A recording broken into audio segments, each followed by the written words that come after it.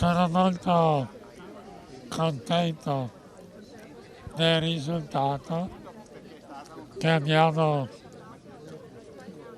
ottenuto in Veneto.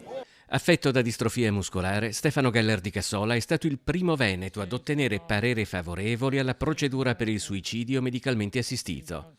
Questa mattina era anche lui a Venezia, assieme agli attivisti della campagna Liberi Subito, a depositare le migliaia di firme raccolte in Veneto a sostegno di una proposta di legge dell'associazione Luca Coscioni per regolamentare l'aiuto medico alla morte volontaria. Abbiamo cominciato a raccogliere le firme il 4 di febbraio di quest'anno e il 16 aprile avevamo raggiunto la 7.000ª firma, solo firme dai banchetti.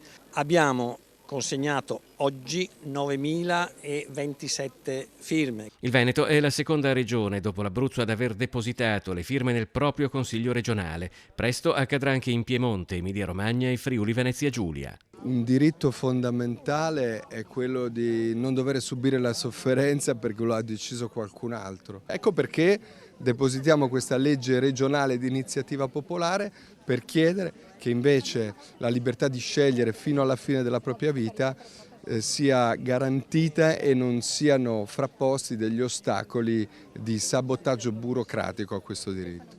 Dopo la verifica di conformità delle firme all'ufficio di presidenza del Consiglio regionale, la presentazione e discussione in quinta commissione consiliare darà accesso alla votazione in Consiglio. Io mi sto battendo da tempo e da mesi affinché l'Aula si esprima per il sì. I cittadini veneti si sono espressi con 9.000 firme e io credo che la maggioranza dei veneti abbia voglia di avere una norma che gli permette di scegliere liberamente sul proprio fine vita, quindi se poter morire con dignità. Sono sicuro che il Consiglio risponderà in maniera positiva che i veneti hanno bisogno del Consiglio.